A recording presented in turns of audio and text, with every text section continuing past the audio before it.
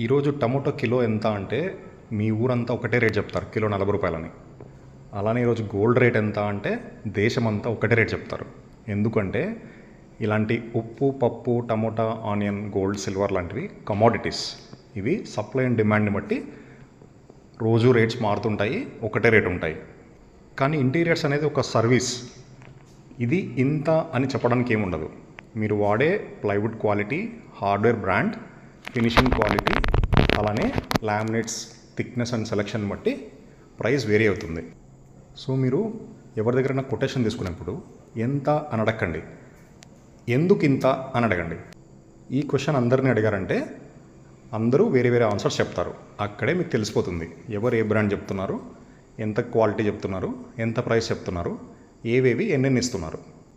మీరు మీ బడ్జెట్కి తగ్గట్టు, మీ క్వాలిటీకి తగ్గట్టు కొటేషన్ తీసుకోండి. ఇది బెస్ట్ వే టు డూ. ఎందుకంటే ఒకరు 10 లక్షలు చెప్పారు, వాళ్ళేమో 8 లక్షలు చెప్పారు, వీళ్ళు ఇంకొకరు 6 లక్షలు చెప్పారు అని చెప్పి కంపేర్ చేసుకోకండి.